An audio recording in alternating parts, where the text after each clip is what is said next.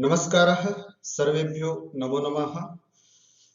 अभिज्ञान शाकुन्तलस्य अस्यां कक्षायां भवतां सर्वेषां हार्दम् अभिनन्दनं स्वागतम्। मंगलाचरण पूर्वकं कक्षायाः प्रारम्भं कुर्मः। चलामः मंगलाचरणं कुर्मः। या सृष्टिः सृष्टुराद्या वहति विधिहुतं या हविर्या च होत्री ये द्वे कालं विधत्तः श्रुति विषय गुणा या स्थिता व्याप्य विश्वम् यामाहु सर्वबीज प्रकृतिरिति यया प्राणिनः प्राणवन्तः प्रत्यक्षाभिः प्रपन्नस्तनुभिरवतु वस्ताभिरष्टाभिरीश। यथा वयं जानीमः अभिज्ञान शाकुन्तलं महाकवि कालिदासस्य एकं सर्वोत्तमं नाटकं वर्तते। न केवलं महाकवि कालिदासस्य अपितु संस्कृत नाट्य जगति सर्वोत्तमं काव्य नाटकम् एतत् वर्तते। अस्मिन् नाटके आहत्य 7 अंकाः सन्ति। तेषु चतुर्थाङ्कस्य इदानीम् अस्माकम् अध्ययनं चलति। अद्य वयम् अस्य चतुर्थाङ्कस्य कातरशकुन्तलायै महर्षि कण्वस्य उपदेशः इति पाठं पठामः। अत्र श्लोकद्वयं वयं पठिष्यामः। श्लोकसङ्ख्या 29, 20 च। पश्यामः अत्र किं किं वर्णितमस्ति। कथं वा गौतमी मन्यते, अर्थात महर्षि कण्व ने जब अपने पुत्री को उपदेश दिया, शुश्रूषस्व गुरुन् कुरु प्रिय सखी वृत्तिं सपत्नी जने इत्यादि। पूरा उपदेश देने के बाद गुरु कण्व गौतमी से पूछते हैं और कहते हैं कथम वा गौतमी मन्यते, अर्थात गौतमी क्या मानती है इस बारे में, अर्थात मैंने जो ये उपदेश दिया है इस उपदेश के बारे में तुम्हारा क्या विचार है। कथम वा गौतमी मन्यते, गौतमी कथम मन्यते, गौतमी क्या मानती है, गौतमी क्या विचार करती है। मैंने अपने पुत्री को दिया गया उपदेश पर्याप्त है या मैंने कुछ ज्यादा बोल दिया या कम बोल दिया या मुझे कुछ और भी कहना चाहिए था क्या। तदा गौतमी वदति एतावान वधुजनस्य उपदेश। बिल्कुल गुरुजी, है ना, उनके लिए तो भाई के समान थे, अथवा पूरे गुरुकुल के गुरु होने की वजह से उनके भी गुरु हो गए। एतावान वधुजनस्य उपदेश, वधुजन के लिए इतना ही उपदेश देना पर्याप्त होता है, उससे ज्यादा नहीं कहना चाहिए। ठीक है। जाते हे बेटी शकुंतला, पुत्री, एतत् खलु सर्वम अवधारय, पिता ने जो भी कुछ कहा है वो सब बातें अच्छी तरह से मन में अवधारणा कर लेना, धारण कर लेना। इति काश्यपः वत्से परिष्वजस्व माम सखी जनम च। हे बेटी आओ, है ना, हमसे एक बार अंतिम में फिर से गले मिल लो और अपनी सखी जनों से भी अंतिम विदाई ले लो।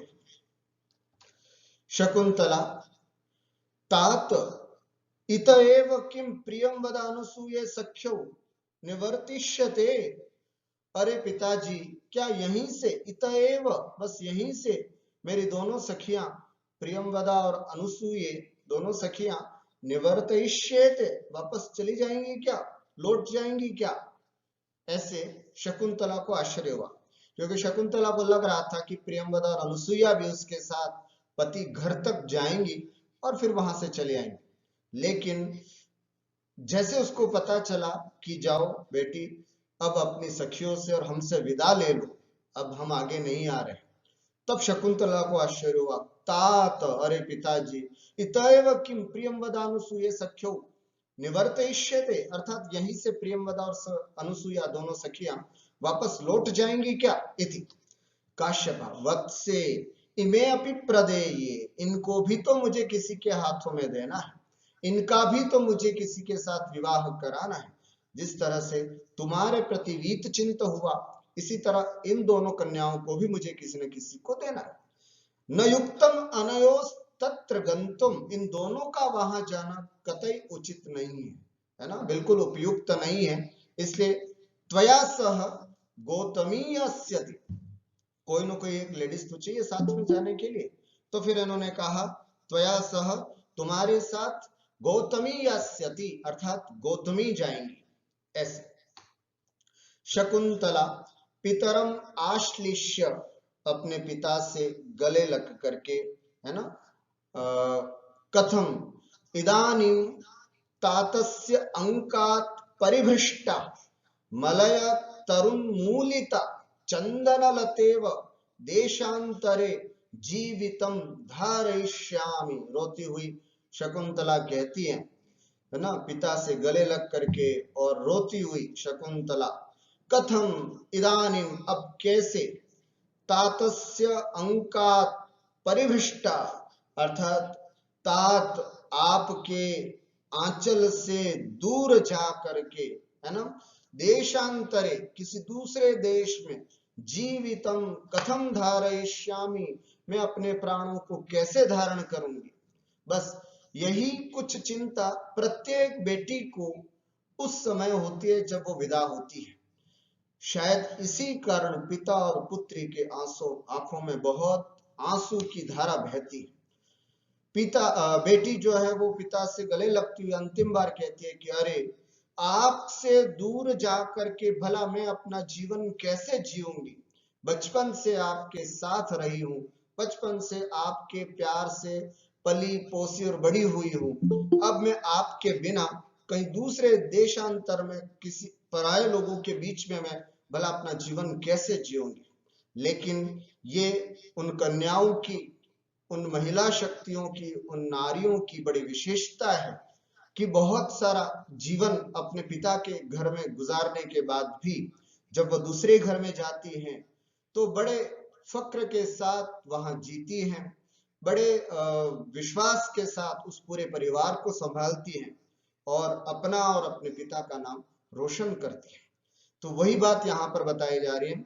तो यहाँ एक उपमा देते हुए कह रही है शकुंतला, शकुंतला कहती हैं कि मलय तरुण मूलिता चंदन लता इव, जैसे मलय वृक्ष, है ना, तरु माने वृक्ष, मलय तरुण अर्थात मलय वृक्ष से उखाड़ दी गई चंदन लता के समान, है ना, मलय वृक्ष के चारों तरफ ही चंदन लताएं भी लिपटी रहती हैं, तो वो उसके बिना रह नहीं सकती।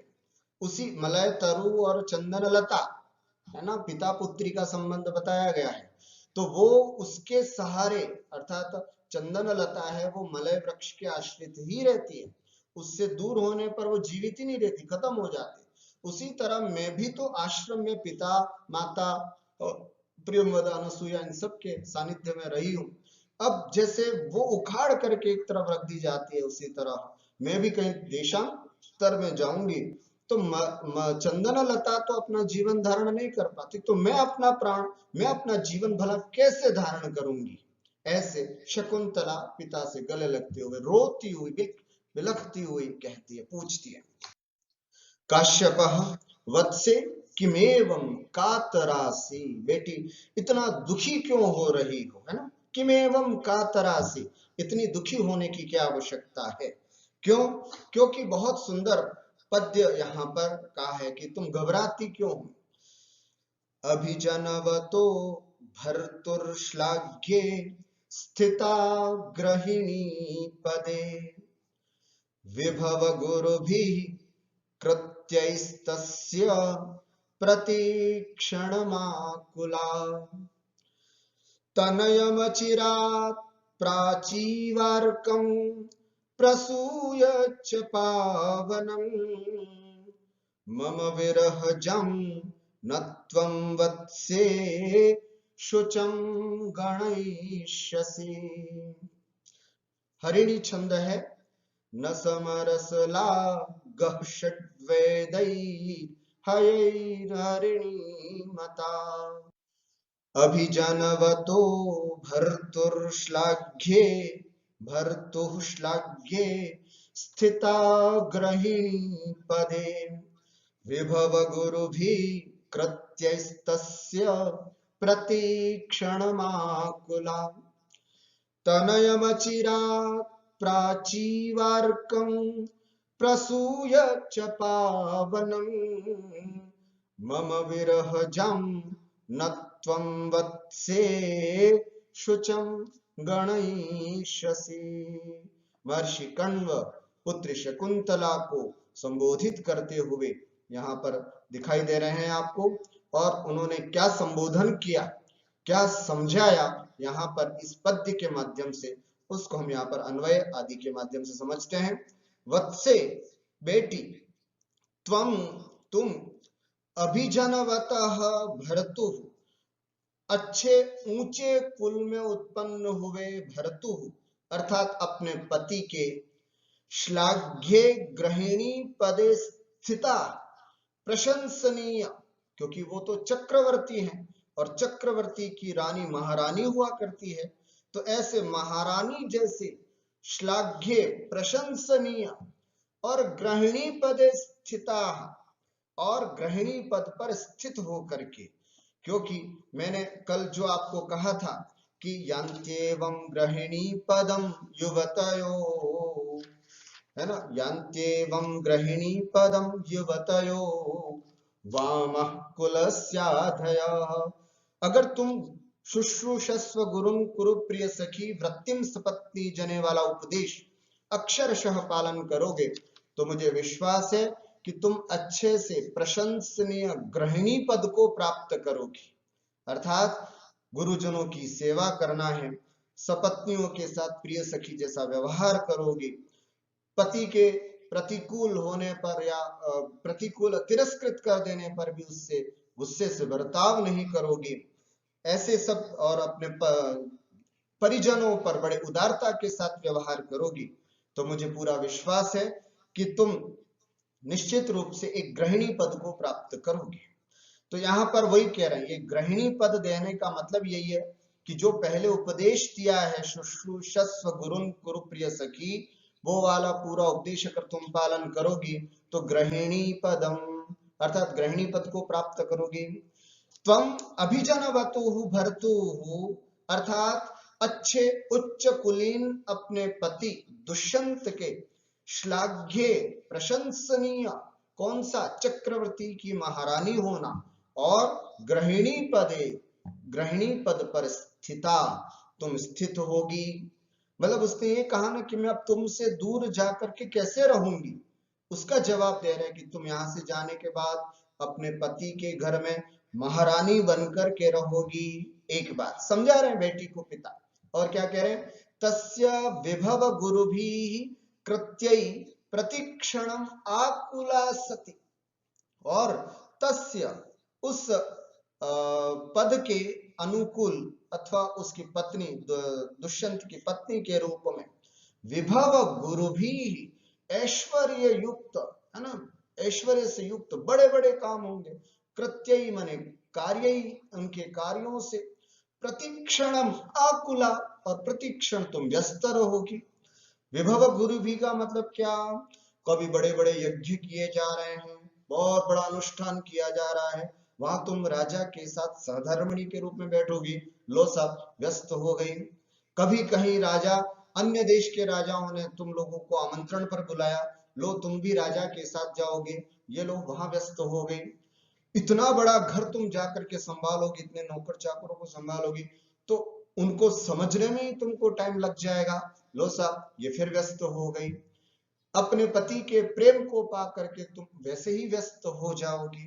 तो इस तरह से तस्य विभव गुरुभिः कृत्यैः अर्थात उस पद के अनुकूल राजा दुष्यंत के विभव गुरुभिः अर्थात वैभव संपन्न ऐश्वर्याधिक्य कृत्यैः कार्यों से प्रतिक्षणम आकुला सती प्रतिक्षण आकुलित अर्थात व्यस्त होती हुई, और क्या तुम कैसे भूल जाओगी यहाँ की, और क्या, अचिरात बहुत जल्दी, प्राची पावनम अर्कम इव, जैसे पूर्व दिशा पावन और पवित्र, अर्कम है ना, अर्कम इव सूर्य के समान, जैसे पूर्व दिशा पवित्र सूर्य को उत्पन्न करती है, वैसे ही पावनम तनयम प्रसूय एक अच्छे पवित्र है ना और शूरवीर पुत्र को, देखो सूर्य का उदाहरण दिया है,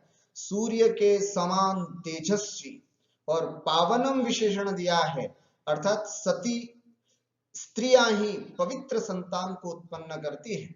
तुम सती भी रहोगी और सूर्य के समान तेजस्वी और चक्रवर्ती पुत्र को तनयम प्रसूय प्राप्त करके, मम विरह जाम शुचम न गणयिष्यसि, मेरे विरह से उत्पन्न तुम शोक को बिल्कुल नहीं गिनोगे।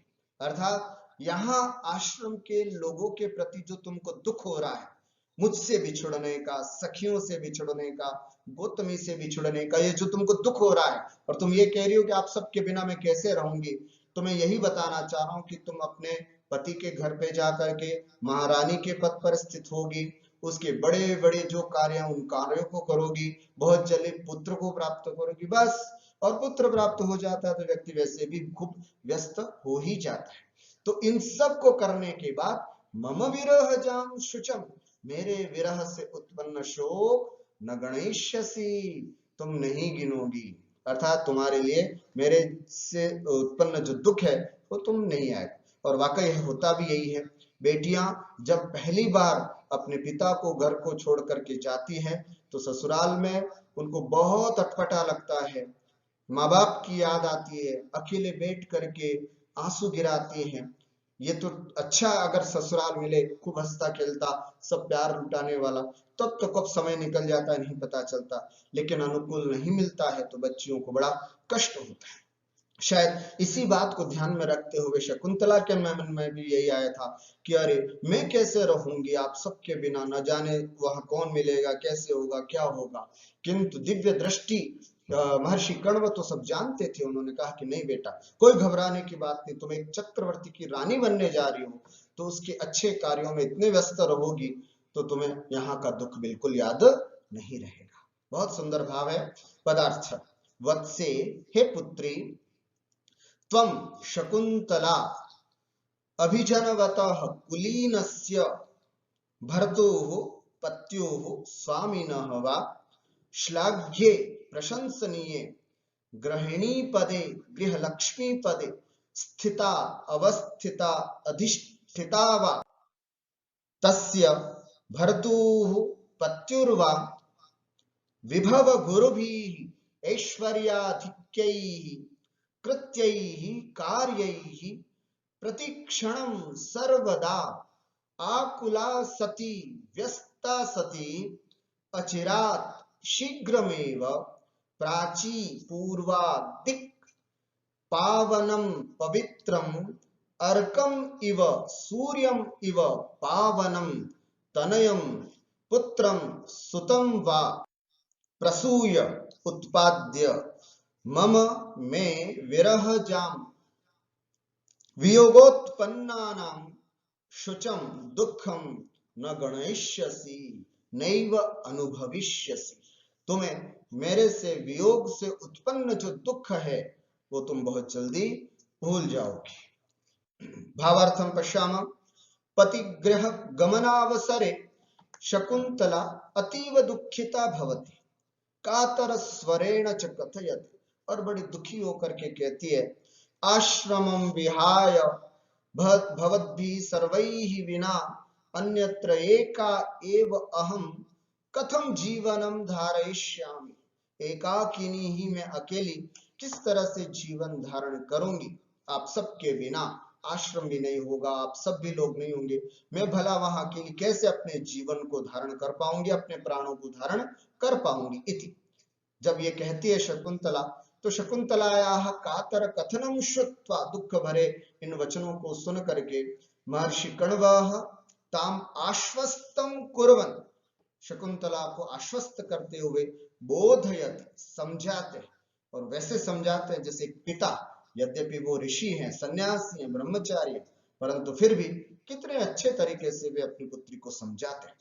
त्वम, है ना, तुम तत्र पतिगृहं गत्वा, वहां पति के घर जाकर के, सत्कुलोत्पन्नस्य पत्युः प्रशंसार्ह गृहलक्ष्मी पदम संप्राप्य, अच्छे कुल में उत्पन्न अपने पति के प्रशंसार्ह प्रशंसनीय गृहलक्ष्मी पद को प्राप्त करके, तस्य ऐश्वर्य युक्त महत्वपूर्ण यज्ञोत्सवादि कार्येषु, यज्ञोत्सव आदि कार्यों में प्रतिक्षणम व्यस्ता भविष्यसि, प्रतिक्षण तुम व्यस्त हो जाओगे। आज यज्ञोत्सव, यज्ञ का कार्य है, कल कोई वसंतोत्सव आदि मनाने का कार्य होगा, कल कहीं शिकार खेलने के लिए तुम पति के साथ निकल जाओगे, कल कहीं तुम राजा की, किसी अन्य राजा के निमंत्रण पर चले जाओगे, कल कभी तीर्थ वंदना के लिए कभी चले जाओगे, कल कभी दर्शन आदि के लिए चले जाओगे। इस तरह से बहुत सारे कार्य हैं, वहां जाने के बाद तुम वैसे ही वहां पर बहुत व्यस्त हो जाओगे। तथा च, और उसके बाद शीघ्रमेव निष्कलंकम धर्म परायणम च पुत्रम तथैव जनयिष्यसि, उसी प्रकार से उत्पन्न करोगी, यथा पूर्व दिशा जगत पावनम सूर्यम जनयति, जिस प्रकार से पूर्व दिशा, है ना, जगत पावन, पूरे दुनिया के द्वारा पवित्र माना जाने वाला सूर्य होता है, वो पूर्व दिशा सूर्य को उत्पन्न करती है, वैसे अत्यंत पवित्र पुत्र को उत्पन्न करके तुम यहाँ के दुख को भूल जाओगे। एवं तदा त्वं मम आश्रमस्य च विरहोत्पन्नम दुःखम विस्मरिष्यसि, इस प्रकार से तुम मेरे और आश्रम के विरह से उत्पन्न जो दुख है, विस्मरिष्यसि, भूल जाओगे। और बात सत्य है, अगर पिता इस तरह से न समझाए तो बेटी भला कैसे जा सकती है ना। बहुत अच्छे तरीके से और बहुत सुव्यवस्थित तरीके से यहाँ पर महर्षि कण्व ने अपनी पुत्री को संभाला और उसको आश्वस्त किया कि नहीं बेटा, एक दिन सबको अपने ससुराल जाना ही होता है, तुम्हें भी जाना है, और रही बात दुखी होने की, तो थोड़ी दिन कष्ट पड़ेंगे, लेकिन वहां जाने के बाद तुम काम में इतनी व्यस्त हो जाओगी कि फिर यहाँ की बात भी भूल जाओगी। पर शर्त क्या है, गृहिणी पदम संप्राप्य, है ना, पहले तुम गृहलक्ष्मी बनोगी तब ये सब संभव है। अगर वहां आधी बन करके जाओगी, मानसिक टेंशन बन करके जाओगी, तो फिर नहीं रह पाओगी। इसलिए यहाँ पर गृहिणी पदम लिखा है ना, गृहिणी पद को प्राप्त करके। अस्तु, हरिणी छंदः अत्र अस्ति, यस्य लक्षणं न समरसला गह षड्वेदैर् हयैर्हरिणी मता अभिजनवतो, है ना, भर्तुः श्लाघ्ये स्थिता गृहिणी पदे इत्यादि। अत्र अलंकाराः तनयम् अचिरात् प्राचीवार्कं प्रसूय च पावनम, यह है वाली तीसरे चरण में जो लिखा गया है, तनयम् अचिरात् प्राचीवार्कं प्रसूय च पावनम। अत्र इवादि सर्वेषां प्रयोगात् पूर्णोपमालंकारः, पूर्णोपमालंकार में 4 अंग होने चाहिए, वो 4 के 4 अंग होते हैं तो पूर्णोपमालंकार होता है। जैसे उपमेय, उपमानम, उपमावाच्यकम, साधारण धर्म एवं चतुर्णाम अंगानां प्रयोगः यदि भवति तर्हि पूर्णोपमा, चतुर्षु एकस्यापि लोपे लुप्तोपमा भवति। न गणेष्यसि इति कथनात् पूर्वं स्थिता आकुलादि कारणानां उल्लेखा, तुम यहाँ नहीं गिनोगे ना, शुचम न गणेष्यसि, यहाँ का शोक को नहीं गिनोगी। इसके पीछे कारण है कि तुम वहां गृहिणी पद को प्राप्त करोगी, प्रतिक्षण इन सब कार्यों में आकुलित रहोगी और पुत्र को उत्पन्न करके उसको बड़ा करने में व्यस्त हो जाओगी। ये सब इसके पीछे कारण है। इन कारणों का उल्लेख करने के कारण काव्यलिंग अलंकार है। और त्रयाणाम कारणम एकत्र समावेशा, एक साथ 3 कारणों के एक साथ उपस्थित होकर के एक कार्य की स्थिति बताई है, न शुचम गणेश से। तो इस तरह से यहाँ पर समुच्चय अलंकार भी होता है, वर्णों की समानता प्रायः देखी जाती है। अतः अत्र अनुप्रासोलंकारोपि विद्यते।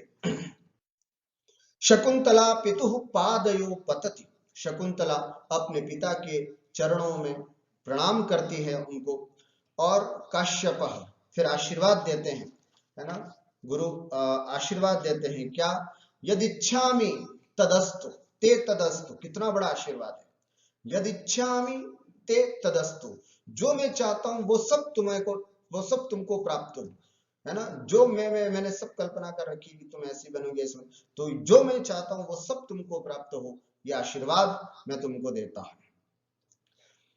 शकुंतला सख्यौ उपेत्य, फिर दोनों सखियों के पास जाकर के, हला द्वे अपि माम सममेव परिष्वजेताम, अरे आप दोनों ही एक साथ मेरे से गले लग जाओ।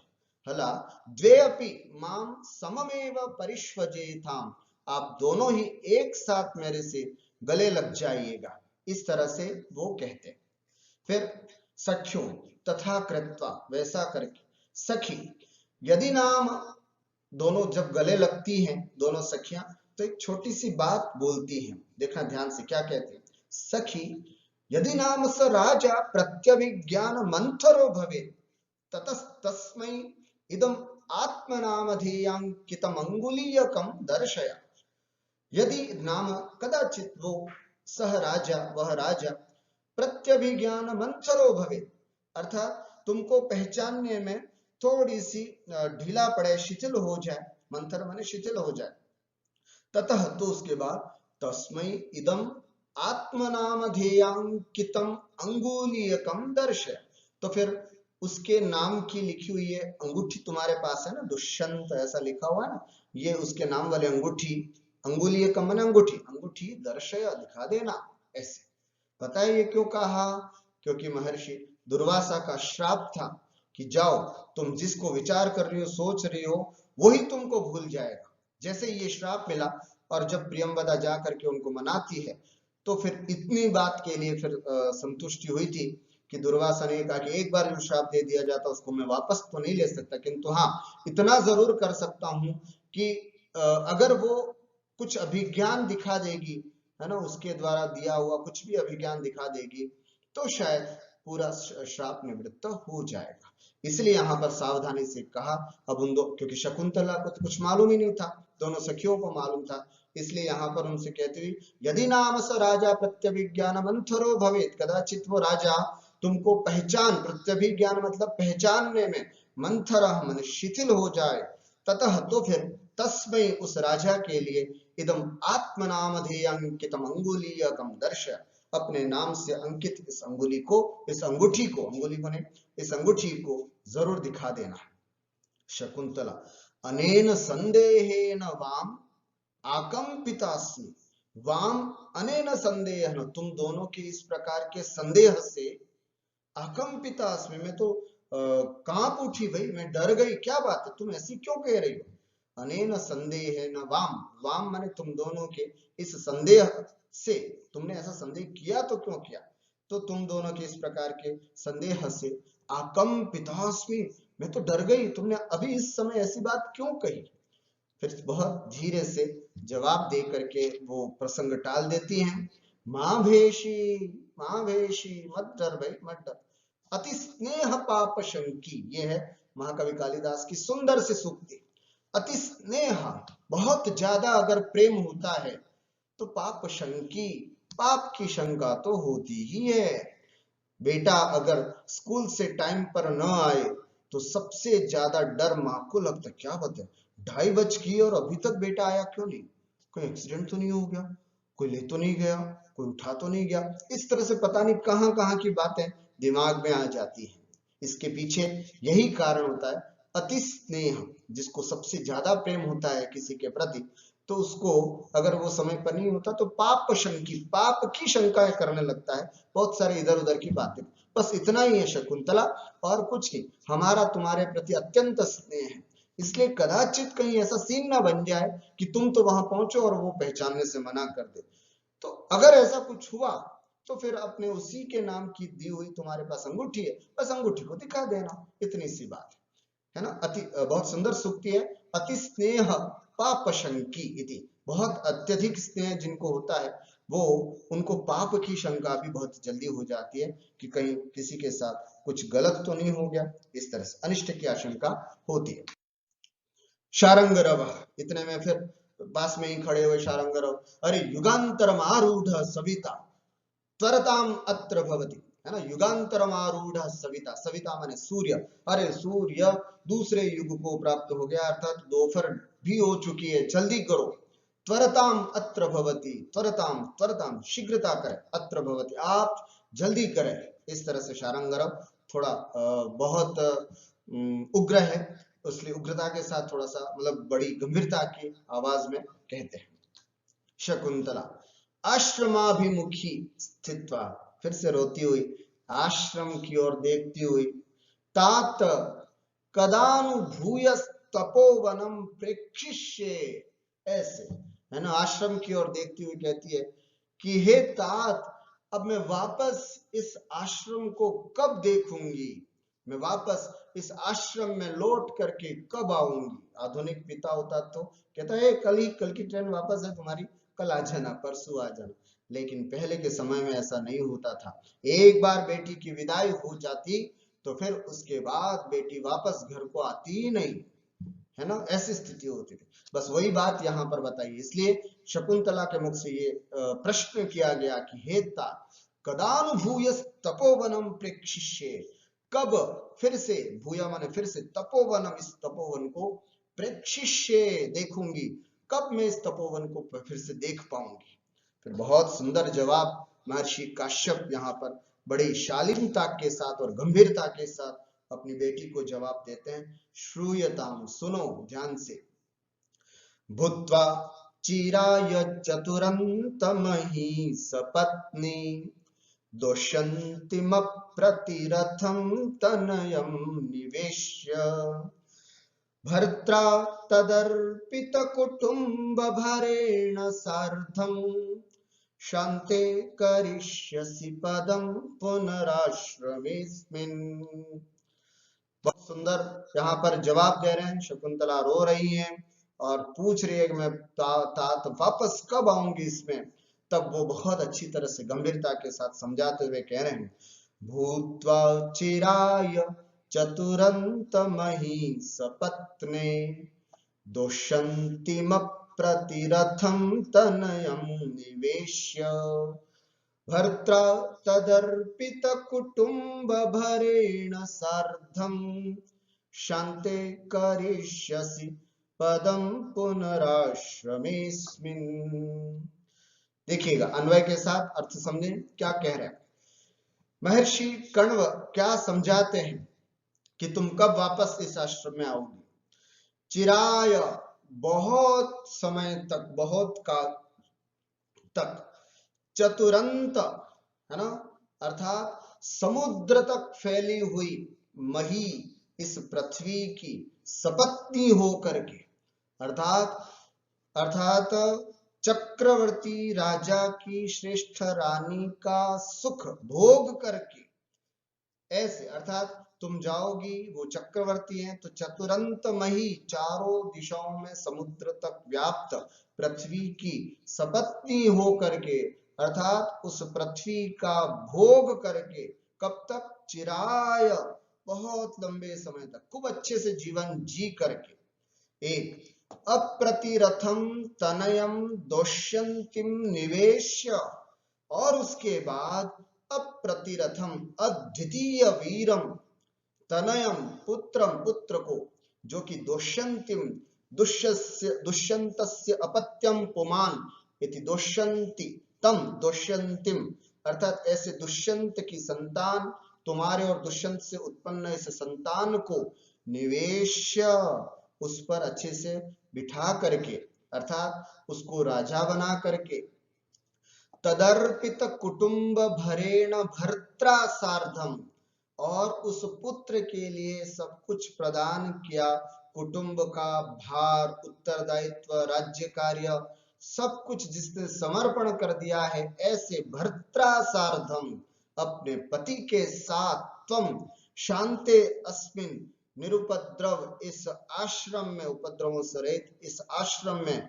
पुनः पदम करिष्यसि, फिर से अपना स्थान बनाओगी, अर्थात फिर से तुम आकर के रह पाओगी। कितना सुंदर जवाब।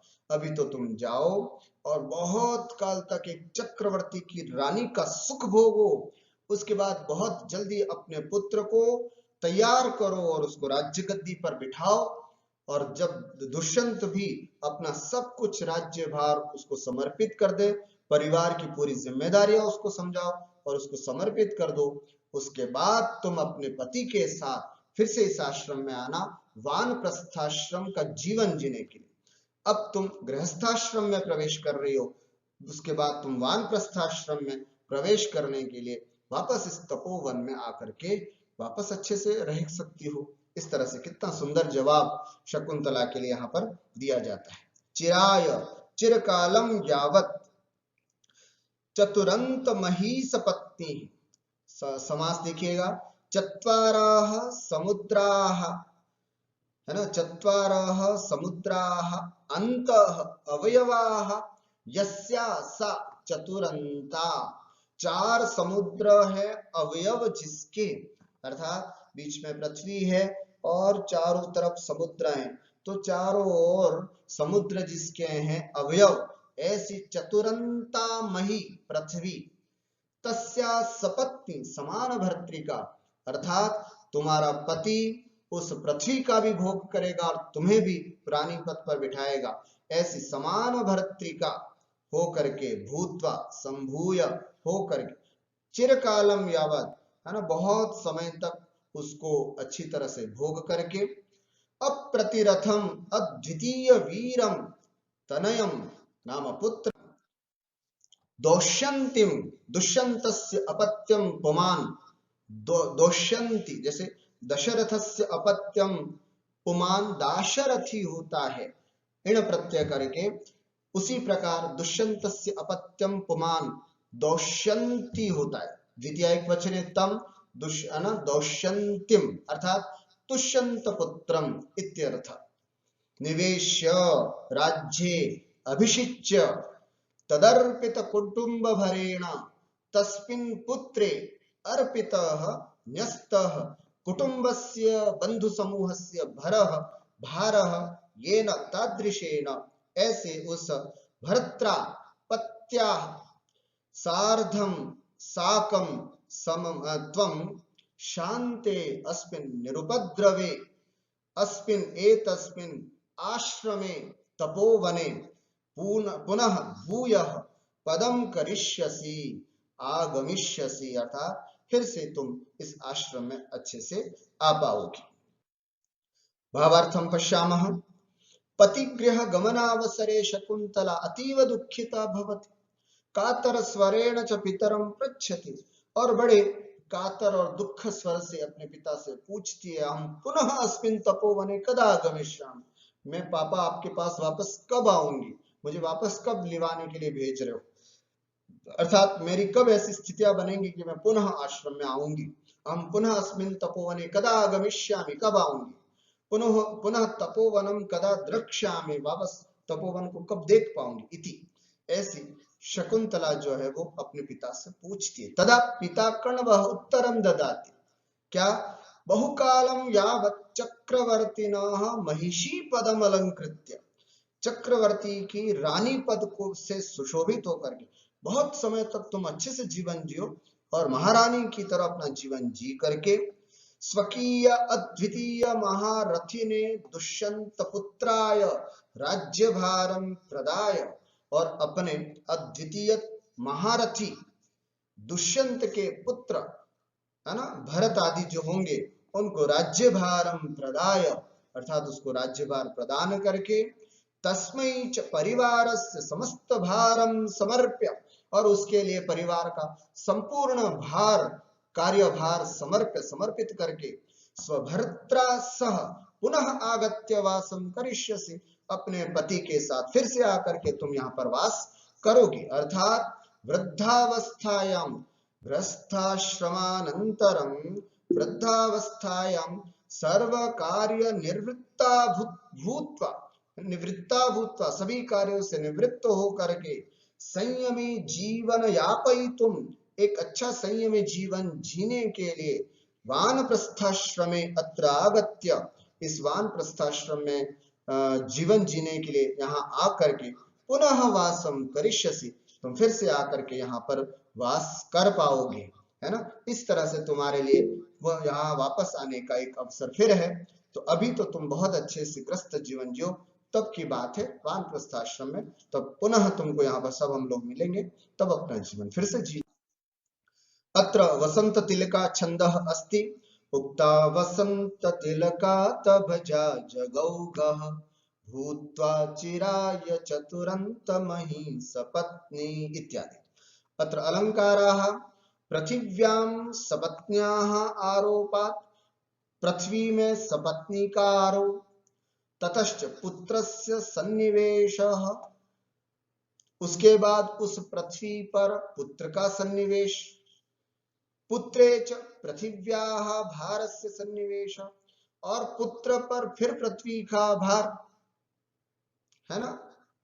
इस तरह से एक दूसरे का सन्निवेश आगे कहने के कारण माला दीपकालंकारः, अत्र माला दीपकालंकारो वर्तते।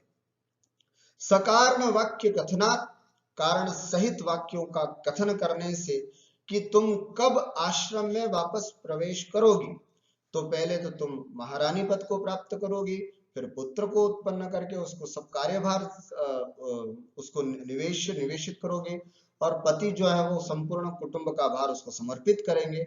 ऐसे पूरे कारण यहाँ पर बताए गए। अतः अत्र काव्यलिंगालंकारोपि वर्तते, वर्णानां साम्यात् अत्र अनुप्रासः अलंकारोपि विद्यते। एवं अद्य वयं श्लोकद्वयं पठितवन्तः। अभिज्ञान शाकुन्तलस्य संपूर्ण चतुर्थांकः यद्यपि अतीव महत्वपूर्णम् अस्ति, तथापि एते ये श्लोकाः अत्र पाठ्यन्ते ते सर्वे श्लोकाः विशेषतया द्रष्टव्या, न केवल द्रष्टव्या अपितु स्मर्तव्या, रटयितव्या इति वदामि। अतः सर्वे छात्राः सम्यक्तया पठन्तु, सम्यक् रूपेण अभ्यासं कुर्वन्तु इति आशासे विरमामि। नमस्कारः, नमो नमः।